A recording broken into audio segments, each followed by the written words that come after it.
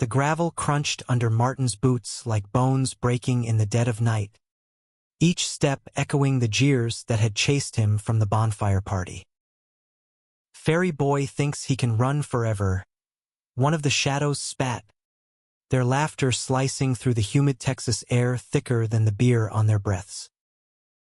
In that moment, as the first fist connected with his ribs, Martin Hale realized that loving who he loved wasn't just a secret anymore. It was a death sentence in Willow Creek. He crumpled to the ground, the dirt road outside the old grain silo biting into his palms as he tried to shield his face. The group of boys from high school, guys he'd once called friends, circled like coyotes, their faces twisted in the flicker of truck headlights. Jake Harlan, the ringleader with his buzzed head and football star swagger, leaned down close, breath hot and sour. "You gonna cry now, Marty? Or you gonna kiss me to make it stop?" The others howled, phones out, capturing every flinch for the endless scroll of small-town cruelty. Martin didn't cry. He bit down on the copper tang of blood from his split lip, tasting the salt of his own silence. At 19, fresh out of Willow Creek High where the hallways had been a gauntlet of whispers and shoved lockers, he was done pretending. The ache in his chest wasn't just from the blows. It was the weight of a town that had raised him on fried chicken Sundays and church potlucks, only to spit him out for daring to feel something real for Tommy Reyes 2 summers back. Tommy, with his easy smile and calloused hands from baling hay, had been the first boy to make Martin's heart stutter like a faulty engine. But Tommy had bolted when the rumors hit, leaving Martin to the wolves. By dawn, Martin dragged himself home to the sagging ranch house on the edge of Willow Creek, a speck of dust in the vast flatlands of West Texas where oil rigs dotted the horizon like forgotten crosses. His mom, Elena Hale, a waitress at the diner with hands perpetually smelling of grease and coffee, found him slumped on the porch swing. She didn't ask questions, just wrapped him in a quilt stitched from her own faded dreams and whispered, "You're stronger than they know, Mijo." Elena had come from El Paso, carrying the ghost of her own unspoken loves, and in her quiet way, she saw the boy her son was becoming, resilient, like the mesquite trees that twisted against the wind. The next weeks blurred into a haze of avoidance. Martin skipped the county fair, where the mocking would have been relentless amid the cotton candy haze and Ferris wheel lights. He worked double shifts at the local feed store, stacking sacks of grain until his shoulders burned, avoiding eye contact with customers who suddenly remembered old slurs. Willow Creek wasn't big enough for secrets. It was a place where everyone knew your daddy's boot size and your mama's recipe for pecan pie, but not the color of your soul. Martin's dad had died in a rig explosion when he was 10, leaving behind a stack of unpaid bills and a closet full of flannel shirts. Elena had shouldered it all, but the town repaid her loyalty with pitying glances, now laced with disdain for raising that queer kid. One evening, as the sun dipped low and painted the sky in bruised purples, Martin sat on the tailgate of his beat-up Ford pickup, staring at the recruitment flyer he'd crumpled in his pocket. U.S. Army, be all you can be. The words mocked him at first. Could he even be himself there? But then he thought of the wide world beyond the county line, of cities where men like him walked hand in hand without fear. And maybe, just maybe, a uniform could armor the parts of him that words and fists had cracked open. He enlisted on a Tuesday, the recruiter's office in Lubbock smelling of stale coffee and fresh ink. Sergeant Ramirez, a stocky Latino with a mustache like a broom bristle, eyed him up and down. "You sure about this, son?" Basics, no picnic. Martin nodded, his voice steady for the first time in months. I'm ready to fight for something that fights back. Ramirez chuckled, clapping him on the shoulder. That's the spirit. Fort Benning awaits. The night before shipping out, Willow Creek threw him a half-hearted send-off at the VFW hall. More obligation than celebration. Jake and his crew slunk in the corners, beers in hand, their glares like buckshot. Elena pressed a locket into his palm, her eyes misty. For the boy who'll come home a man. Tommy showed up late, hovering by the door in his rodeo jeans, eyes downcast. No words passed between them, but in that charged silence, Martin felt the ghost of their stolen kisses under the cottonwoods, the way Tommy's laugh had once lit up the dark. As the bus rumbled out of town at dawn, Martin pressed his forehead to the grimy window, watching Willow Creek shrink to a smudge on the horizon. The landscape flattened into endless scrub, then gave way to highways slicing through Oklahoma. He was leaving behind the barbecues and baptisms, the Friday night lights where he cheered from the bleachers hiding his truths. But in his duffel, tucked beside his dog-eared copy of Walt Whitman's Leaves of Grass, the one book that had whispered permission to love fiercely, he carried the spark of defiance. The army wouldn't know his secrets yet, but it would forge him anew. Fort Benning hit like a sandstorm. The humid Georgia air clung like a second skin, and Drill Sergeant Hale, no relation, thank God, barked orders that peeled away the boy from Texas. Hale, drop and give me 20. Martin's muscles screamed through push-ups in the red clay mud. His bunkmates a ragtag crew of farm boys, city kids, and dreamers from every corner of America. There was Brody from Seattle, lanky with a surfer's drawl, cracking jokes to mask his homesickness. And then, on day 3, Alex Rivera. Alex was from Chicago's South Side, broad-shouldered with skin like polished oak and eyes that held the steel of Lake Michigan winters. He moved through PT with the grace of someone who'd scrapped in alleys before enlisting for a way out. Their first real exchange came during a rain-soaked night march, when Martin's boot snagged on a root and he face-planted into the underbrush. Alex hauled him up without a word, grip firm on his elbow. "You good, Tex?" The nickname stuck, and so did the warmth in Alex's voice, a low rumble that cut through the sergeant's thunder. In the barracks, whispers built like thunderheads. Alex shared Martin's rack row, their bunks separated by a thin partition of lockers.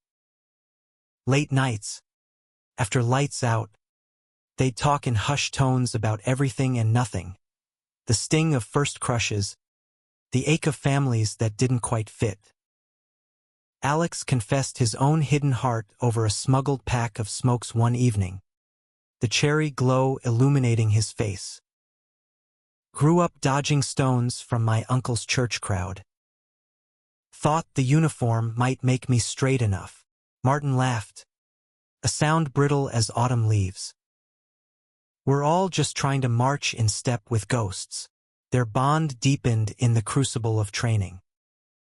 Shared foxholes during live-fire exercises, where the crack of rounds drowned out the world's judgments. Alex's hand brushing Martin's in the dark, accidental at first, then deliberate, a Morse code of longing. One humid afternoon, after a brutal obstacle course left them bruised and breathless, they stole away to the edge of the pine woods. Under the canopy of needles, Alex pulled Martin close, their lips meeting in a kiss that tasted of sweat and salvation.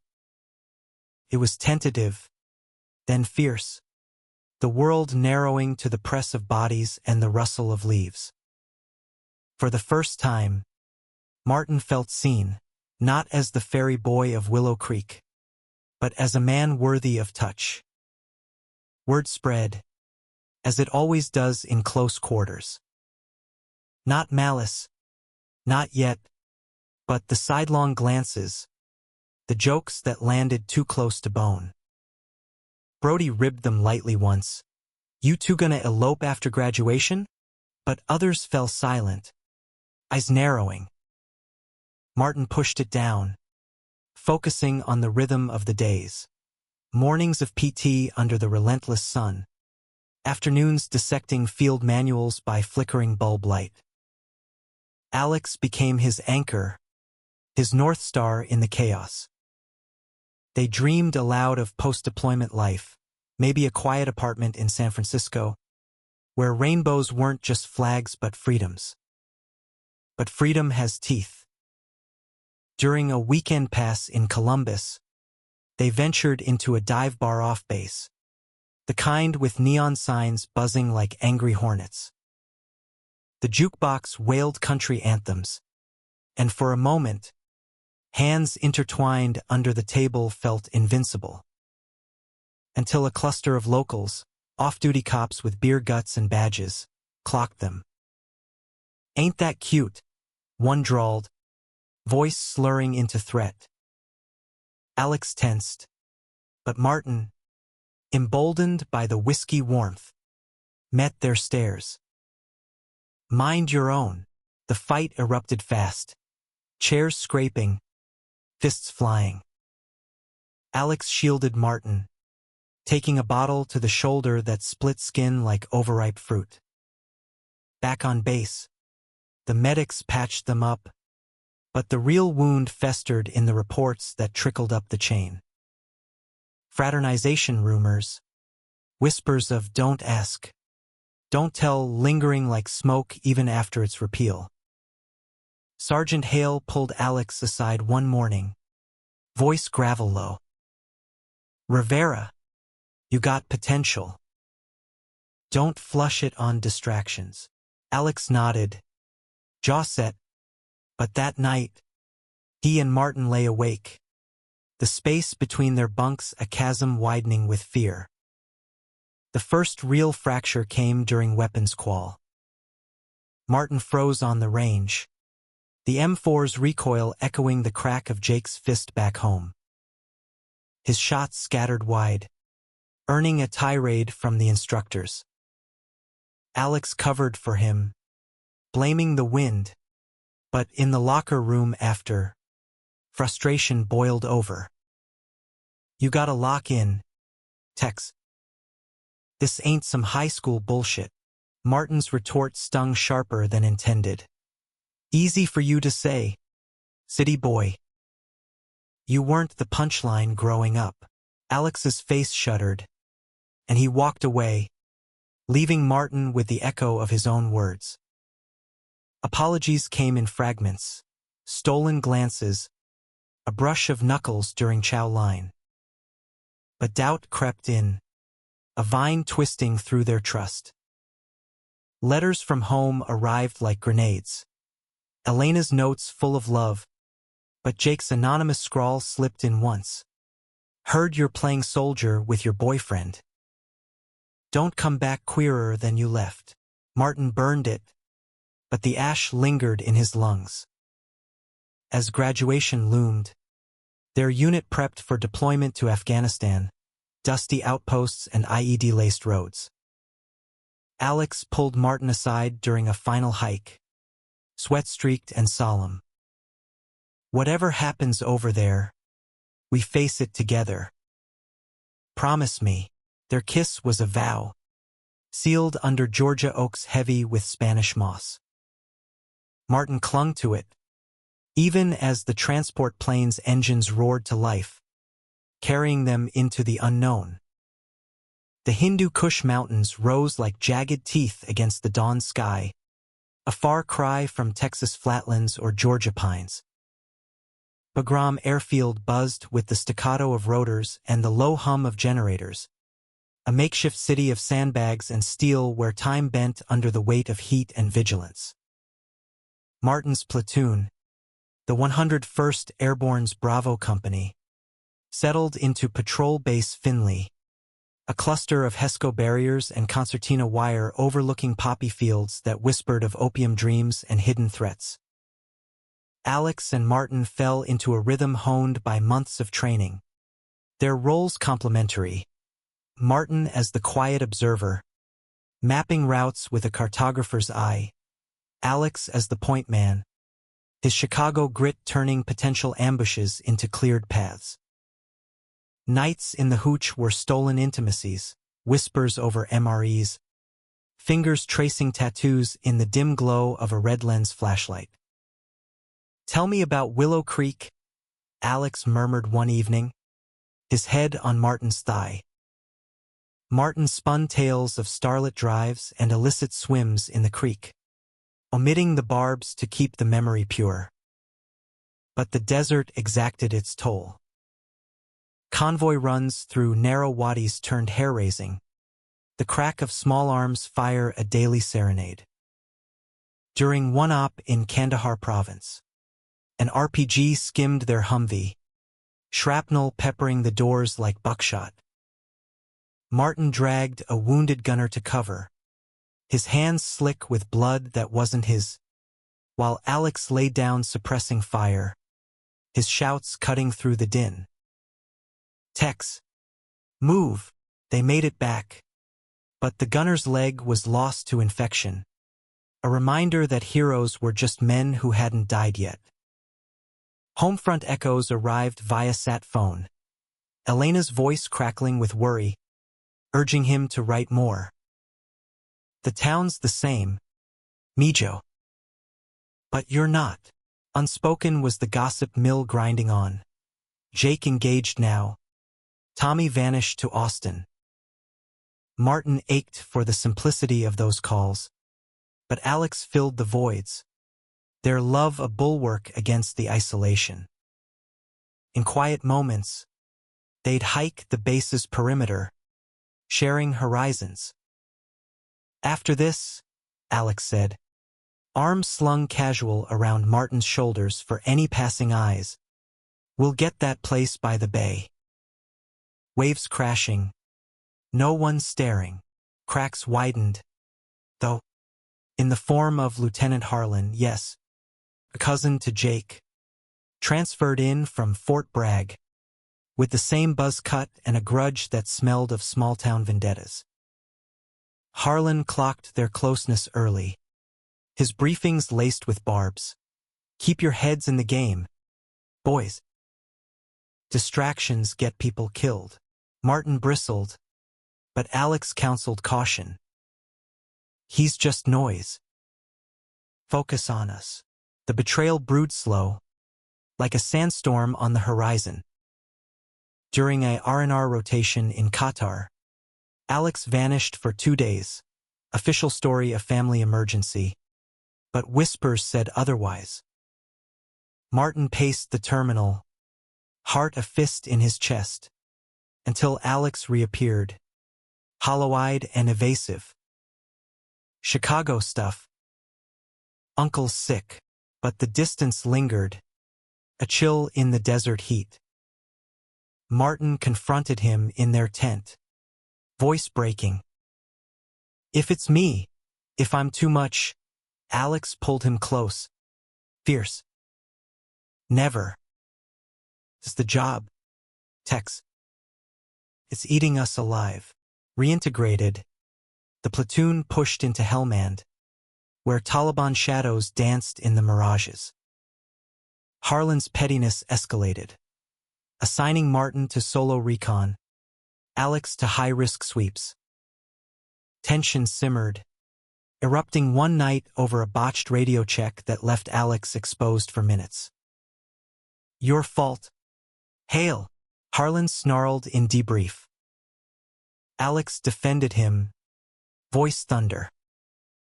"Bullshit. He's solid." The stare-down crackled, but Harlan backed off for now. Martin's nightmares returned then, not of bombs but of Willow Creek fists, Jake's laugh morphing into Harlan's sneer. Alex held him through them, but the trust frayed. A letter from Tommy arrived, forwarded by Elena. Heard you're overseas. Be safe. Miss the old days. Innocuous, but it ignited old fires. You ever think about him?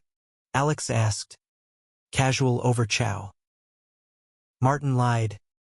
No, and the lie sat heavy. The crisis crested in a village clear outside Lashkargah. Intel pointed to a cache in a mud-walled compound, but as Bravo swept in, it was a trap, insurgents swarming from hidden cannons. Chaos erupted, AK fire stitching the air, RPGs blooming orange. Martin and Alex were pinned behind a crumbling wall, Harlan barking orders from cover. Rivera. Flank left. Hail. Suppress. Alex moved, but a burst caught him, low in the gut, blood blooming dark on his camis. He dropped, gasping. Martin screamed his name, crawling through the dirt, dragging fire to cover the advance. Harlan hesitated, eyes wide, then radioed for dust off, but not before locking eyes with Martin. This is on you, he hissed, the words a knife twist. Medevac rotors thwopped in, airlifting Alex to Bagram as the platoon secured the site. Martin rode with him, holding pressure on the wound, whispering promises. Stay with me, baby. San Francisco's waiting. Alex's grip weakened, eyes fluttering. Love you. Texas, then silence, broken only by the whine of turbines. Back at Finley, Martin unraveled. Days blurred into rage and grief, Harlan's blame echoing in every briefing. Fraternization compromised the op. The platoon split, Brody at his side, others averting eyes. Elena's calls became lifelines. Come home, Mijo. Heroes don't have to bleed alone. But Martin couldn't leave.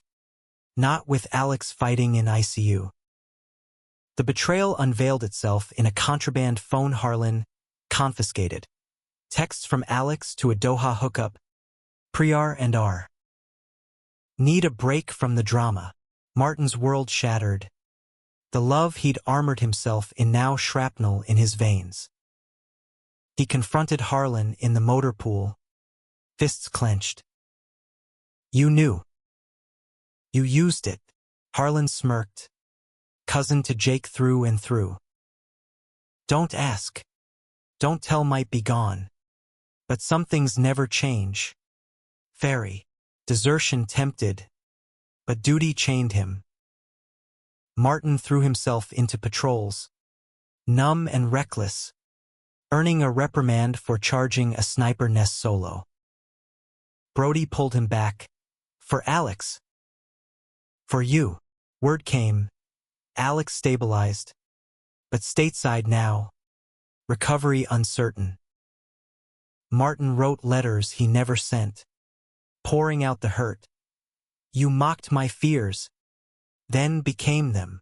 The healing began fractured, in the quiet aftermath of ops. Nights under stars unmarred by city glow. Martin journaled by headlamp, words spilling like blood. The boy in Willow Creek who'd hidden kisses. The soldier who'd found love in foxholes. The man learning betrayal's bitter lesson. Brody shared his own scars. A dad lost to AIDS in the 80s. The silence that followed. We carry it, but it don't define us. Harlan's transfer came merciful, paperwork citing unit cohesion, but not before a final clash. In the chow hall, Martin stood tall. You think you broke me? I broke myself first. Learning to love anyway. Harlan walked away, diminished. Martin's R&R arrived like a truce. He flew to Walter Reed. the hospital's sterile halls a limbo of beeps and bandages. Alex lay pale in a bed, machines whispering life. Their reunion was raw. Tears, accusations, confessions. I panicked, Alex admitted, voice hoarse. The fear. It swallowed me. Martin forgave. Not fully, but enough. Love's work is never done. They parted with a vow. Heal first. Then us. Returning to base, Martin led a final sweep, his steps surer. The desert, once enemy, now teacher, resilience in the dunes, renewal in the rains that rarely came. Word of the ceremony reached Willow Creek before Martin did. The Purple Heart pinned to Alex's chest in a quiet DC. Auditorium, the Bronze Star for Martin in a Pentagon hall lined with flags. But it was the small-town ticker tape that stunned. Willow Creek's VFW. Banners strung across Main Street. Elena at the fore with tears carving rivers down her cheeks. The bus from Dallas deposited him at the edge of town. The air thick with summer jasmine and the faint tang of oil fields. Folks gathered, farmers in John Deere caps. Diner regulars with thermoses of sweet tea. Jake Harlan stood at the back. No cousin's shadow. Just a man hollowed by years and regrets. His fiancée absent. Tommy lingered by the bleachers. Older now. Eyes holding apologies unspoken. Elena rushed him first, enveloping him in flower-dusted arms. My hero. The mayor droned through citations, the op in Lushkar Gah. Martin's crawl under fire to shield Alex. The lives saved in the compound's shadow. Cameras flashed, but Martin scanned for judgment, finding none. Or perhaps he'd outrun it. Harlan approached after, hand extended. Heard about your LT. Families trash sometimes. Martin shook it, the grip firm. Yeah. But we choose our own now. Jake nodded, a ghost of the boy who'd thrown punches. You always were tougher. The metal hung heavy on his dress blues, a weight of valor and vulnerability. Alex called from rehab, voice stronger. Proud of you. Tex. Come visit soon. Martin smiled into the receiver, the line humming with possibility. That night, under the same cottonwoods where he'd first tasted forbidden love, Martin walked alone.